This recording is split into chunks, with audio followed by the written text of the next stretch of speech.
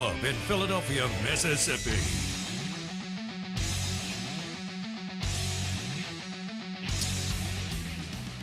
NBA Finals start tomorrow.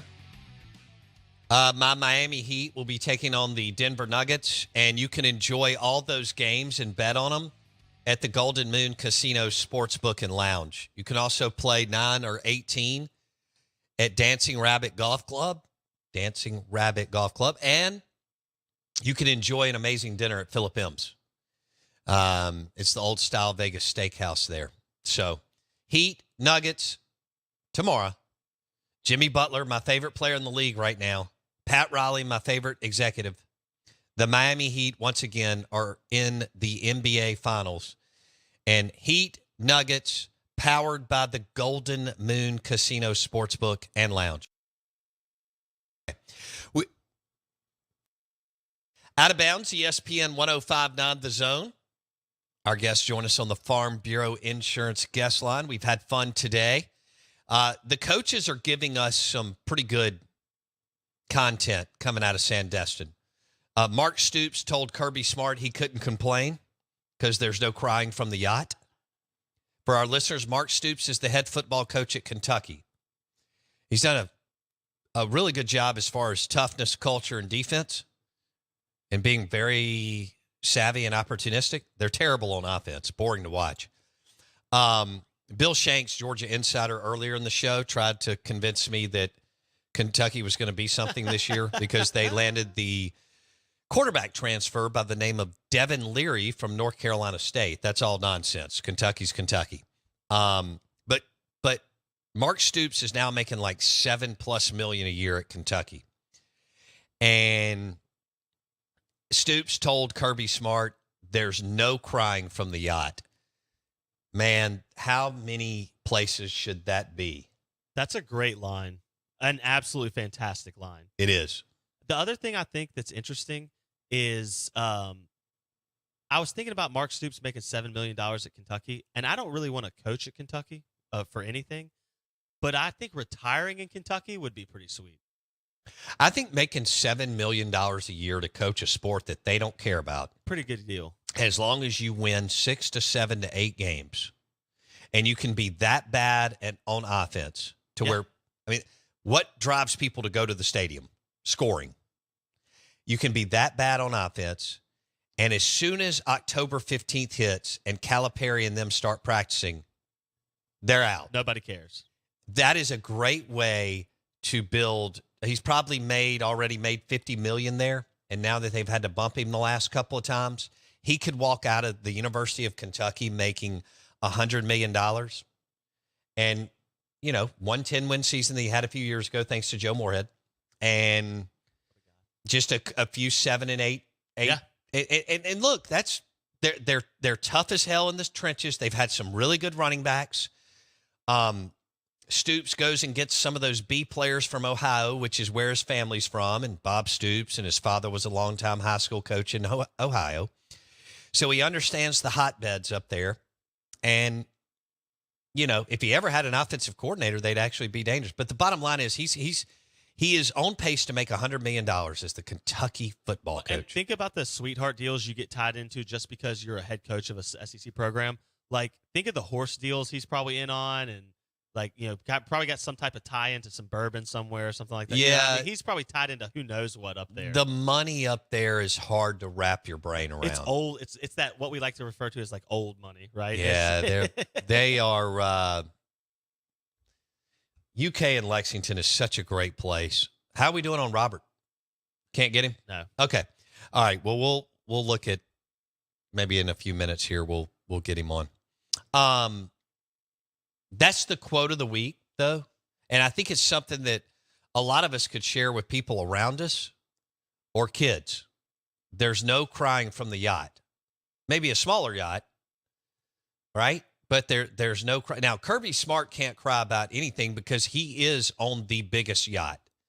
He's on the 350-foot yacht, totally decked out with a pool and the whole deal. But and by the way, Bill Shanks, Georgia insider that we had on at 8:30, Bill let us know that they're still the favorite, even with the new quarterback and new offensive coordinator at Georgia. He wasn't really impressed with Alabama or LSU as a threat. So if they're not a threat, no one else in college football is a threat. Because there's no one in the Big Ten. Ohio State's not going to do it, nor Michigan. There's nobody in the ACC. Clemson's not. Definitely nobody in the Big 12, Texas, Oklahoma. And then the Pac-12 lost Southern Cal and UCLA. So there's really no threat for Georgia other than Bama and LSU.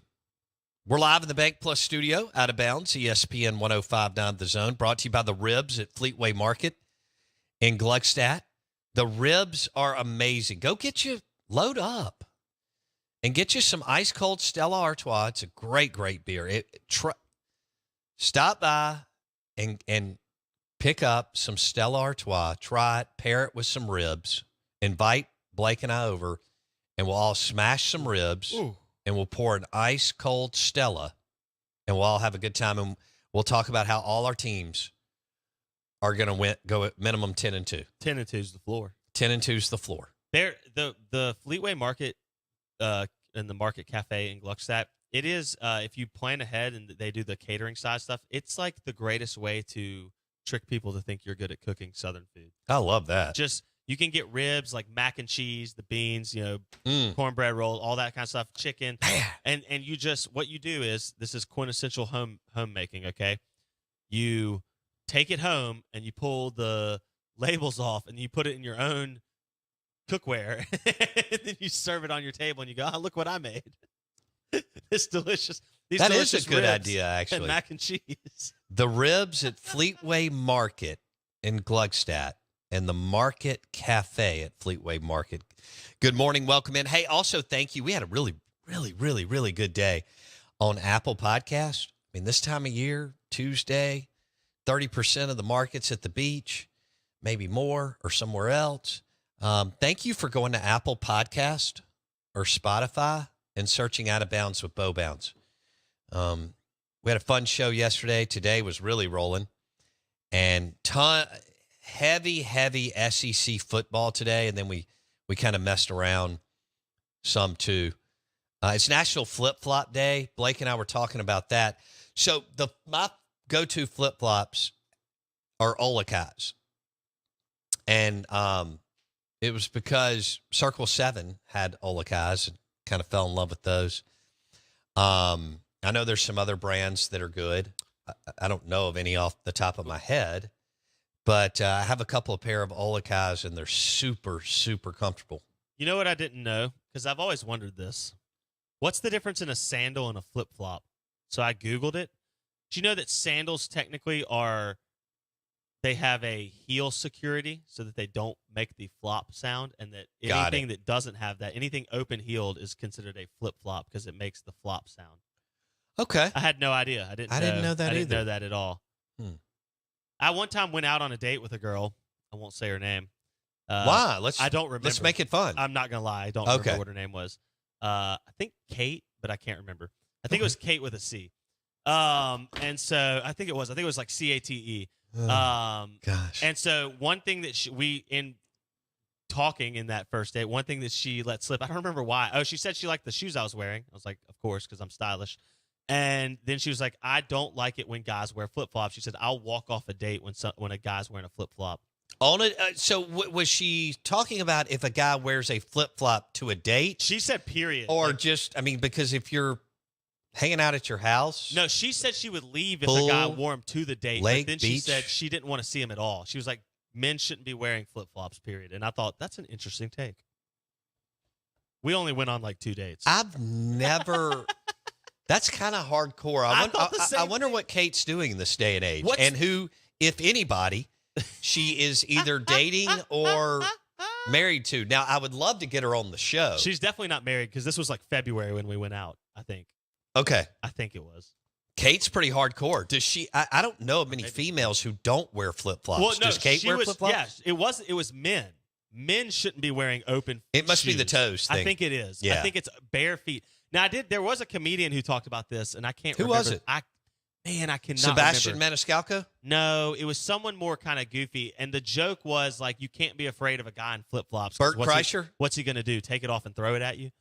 Like, you can't – because what are you going to do in flip-flops? You can't run. You can't fight. Like, you remember when the thing to do like 10 years ago was to buy flip-flops with the bottle top popper on the bottom? Yes. That was like the cool thing. Yeah. Yeah. Remember when Crocs were popular? I never wore them, but you remember when Crocs hit the I remember the Crocs thing. kids still apparently they're like a go-to shoe for kids. Well, here's the deal. When you're a mom, you just throw them in. well, Yeah. okay, when they're you don't want to have to worry about tying a shoe. Or even Velcro straps. Just stick I that mean, foot in a they Croc. can they baby. can literally at 2-3 years old they can just slip their their foot in the Croc. That's why. Yeah. Oh, It's I not agree. that they were awesome, No. 100%. but But I'll say this: whoever came up with it sold millions of and pairs. the marketing that they did was genius. And now you have Crocs with the little they sell these plastic things that you put in the hole of your Croc to accessorize your I Croc. did not know that. Yeah. Oh, I see them on like social. You'll see them on social media, stuff like that. They're Yeah. too bulky for me and roundy, and they're just they're not. I'm not saying aerodynamic. They're not pointed enough. No, I'm with you. So the only time I've ever used Crocs is my brother had a pair, and when I had to like take the trash can to the street or like go do something like that outside, and I didn't have my shoes at the door, Slip them on. I'd slip them on, take the trash can down, take them back off. Right? Yeah. But I've never worn them in public. That's a True Maroon says he still wears them on the Ag Up Equipment text line. spot. If I was gonna guess any of our listeners that wear Crocs, he would be right up there. He'd be up there. Yeah, absolutely. Okay. What about? feels like a Pearl Brandon thing for sure. Wow. I want to hear from True Maroon on you taking another shot at Pearl and Brandon. I don't know which one he is. He's one of those two. You know, they don't like each other, supposedly, I've heard. Is it Eat Dirt? Eat dirt. Is that the rivalry, or is that one of them saying? I think they say it to each other. Okay. Eat Dirt, Brandon. Yeah. Okay, so maybe it's the Pearl thing to say to Brandon. I think they say it back. I think Pearl says it back to Brandon. No, too. I really do. Because Oh. I've seen people. I saw True Maroon get into a like tweet argument one time, and they were both saying "eat dirt" back and forth to each other. It's like is it like a mantra? Yeah. What am I guess. trying to say I don't here? know. Slogan. Yeah. Slogan? Something like that. Okay. It's Do you dumb, think? But Do you we think say it to each other? I That's need to say eat dirt? I mean, do you think I need a shirt that says eat dirt? eat dirt. Who would you say it to? Is the question. Well, I'm not sure. We don't really have a rival. I guess it's kind of like being, the Patriots during the Brady era or Georgia right now. It's like, who do you even compete with? Yeah. I think eat dirt is something you say to someone when you feel inferior and you need to establish some type of like personal thing inside yourself. I don't feel like we have anyone that we're inferior to. So it's like, I don't know who we would say it to, right? When you're on top of the mountaintop, you don't need to pile on everybody below you. They know they're below you. They're looking up at you. True Maroon claims that Gardner Minshew to this day will get fired up if you say eat dirt, Brandon. I think he probably will. You do? Really? Because that's that's right up Gardner's alley to care about that. We could ask Jake, right? Jake's from that area. I know he went to prep. Yeah, but it doesn't count. You've got to be either be Will at Pearl Rogers. or Brandon. Will Rogers. We could ask Will Rogers. Okay, well, I can get his number. Yeah. That's all right. We had that's a little feedback difficulty right there. Wow. It woke me up. You didn't do anything. I promise. Yeah. So we could ask Will Rogers. 'cause True he's a Maroon Brandon says guy. he owned us. I don't remember, but I would think so. I mean, Gardner won a bunch of games. The only thing he didn't do was win a state championship, but he didn't fumble 2 punts in the second half against South Panola. Ooh, shots fired. Well, I'm just saying. Did you see what Jim Nagy with the Senior Bowl put out about Will Rogers? Let's talk about it. So we may need to get Jim on the show tomorrow. He's a hard-working son. I tell you what. So he's the executive director of the Senior Bowl, and he says few four-year starters enter their senior season with something to prove, but that's the case for Hail State football record-setting QB Will Rogers in his first season outside of the air raid system. He goes on to say, first thing that sticks out on Rogers' junior year tape is how comfortable and proficient he was in Mike Leach's offense. Rodgers' football intelligence when it comes to pre-snap ID, working through progressions, and knowing where to go with the ball is next level. He's been a master distributor for 3 years. You just don't see many QBs scan and process like Rodgers, who already owns SEC record for career completions. Transitioning to offensive coordinator Kevin Barbay's offense, more up-tempo scheme, pro-style principles, is an added challenge for Rodgers as he enters his final season in Starkville, but it will help NFL scouts with their evaluation of him. If Rodgers gets invited to the Senior Bowl, he will be the second QB from Brandon, Mississippi High School in the past 6 years, following Gardner Minshew, Mr. Mustache himself, who also played for Will Rogers' dad at Brandon. Wyatt Rogers has been the OC there for a while. How about that? Pretty interesting. I've heard a lot of Will Rogers isn't a good quarterback in my life, which is a very interesting take. It is. It is. If by interesting you mean dumb. It is dumb. Now, does he need to get better? Yes. So don't we all? Right. Me, you, everybody. But yeah, no, Will's been phenomenal, and they wouldn't have won a game COVID his year? freshman year outside the one where they surprised LSU. And I'm not taking anything away from Leach and all those players to go down there and win, because LSU had top 5 talent. But after that game, when things got real rocky and Colin Hill and all these guys opted out, they still wouldn't have beat Vanderbilt. They wouldn't have beat Missouri, and they wouldn't have beat Tulsa. And Will, he had Georgia at Georgia within a score. I mean, as much State doesn't do this as much, but as much as Ole Miss tells you about the one possession game last year against Alabama, Mississippi State put 47 players on a plane to go to Athens, Georgia, Will Rogers' freshman year, and it was a one possession game. Yeah. And Georgia was nasty. You don't come back down 25 at Auburn if you don't have Will Rogers. Right. I mean, it's just, and I love that Nagy, who has no dog in the hunt, doesn't care either way, tells you, hey, I've watched the tape. This dude can play. It is what it is. Hold on. What does Junior say? I don't think you guys give Will enough credit.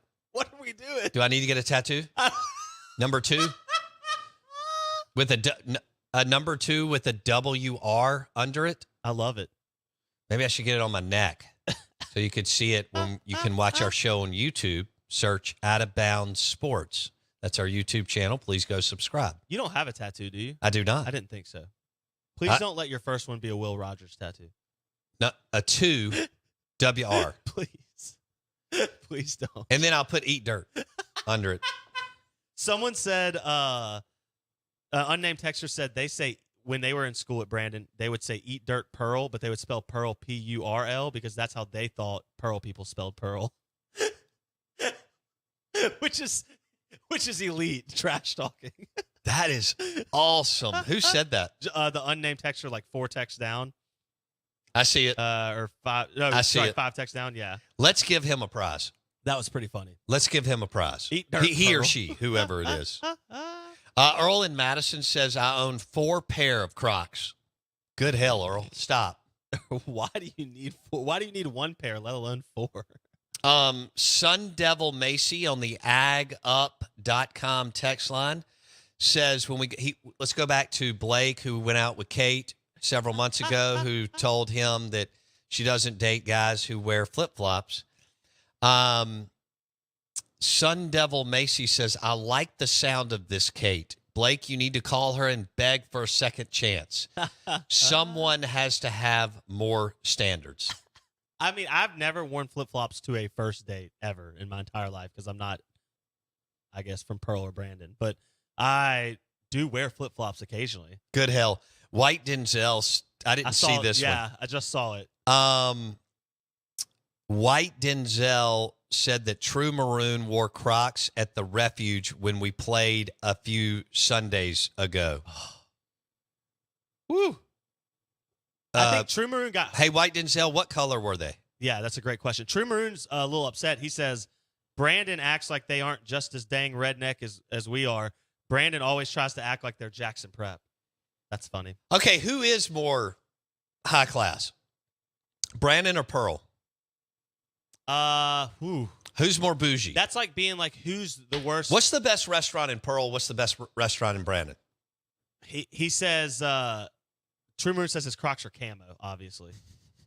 That's so terrible. Comparing Pearl and Brandon is like comparing Missouri and Vanderbilt. It's like you'd rather play either one. It doesn't matter. You're going to beat the snot out of both of them. Okay, but I'm working my way through this. I don't know who would be more bougie. There's a what's it called? A Gina Bena's, I think, in downtown Brandon. Gina Bena's? Isn't that a spinoff of Georgia Blue? It is. Yeah. So I know that's some good food.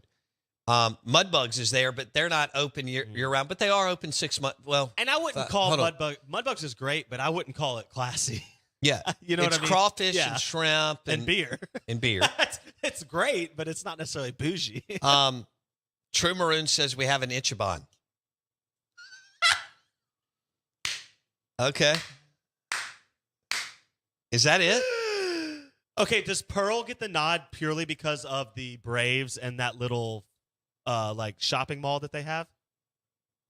The outlets? I think actually and the Braves that the Mississippi Braves may have the best food in Pearl because Pete Lavin has continued to take that up a notch, and I think that may be it. Where do you want to go? Are we missing somewhere? I don't know. So where your studio used to be, way back in the day when you did the morning walk of shame, Alumni House. I grew up with it in Ridgeland. It's over there in Pearl. It is a 10th of what it was when it was in Ridgeland. Right. So I wouldn't put it up there, but I'm just trying to think of other restaurants over there. Hey. They got like a Steak and Shake or something. Okay. All right. The only time I go to Pearl is for M Braves games. Well, I go to Extra Mile Automotive, which is the place you take your car. That's right. To get it fixed. It's right down from the M Braves. Oh, they have a Pizza Shack. Okay, that's pretty good. Pizza Shack is actually pretty damn good food. I haven't heard anything about Brandon yet. So I can't believe True Maroon didn't throw that out. Right by Extra Mile Auto, right where you turn to go to Extra Mile Automotive. There's a Pizza Shack. And I've had their pizza several times, and that is good pizza. It is good pizza. You know, they're opening one or just opened one in Madison or Ridgeland. Where? I got to find it. I just saw it come up on my. If anybody knows, shoot us a text 601-885-3776. Steven says there's a po' boy shop next to Jenna Bena's. Oh, God, I got to try that. All right. So you got Mudbugs in downtown Brandon. You got Jenna Bena's and a po' boy shop. I think there's a Pizza Shack right there where you turn to go to Extra Mile Automotive. Anything under the hood, go to Extra Mile Automotive. We take all our vehicles there. Extra Mile Automotive. Go ahead. DX says there's no such thing as a best restaurant in Pearl or Brandon. We'll leave it there. We want you to go to Apple Podcast or Spotify. Search Out of Bounds with Bo Bounds. Thank you for hanging out with us today. We love you. We'll be back tomorrow, and we'll be talking trash and football and nonsense right here on the Out of Bounds Show. I'm your host, Bo Bounds. ESPN 105.9 The Zone. Again, Apple Podcast or Spotify. Search Out of Bounds with Bo Bounds. Don't forget about the Catfish Reuben at Highball Lanes in Fondren. See ya.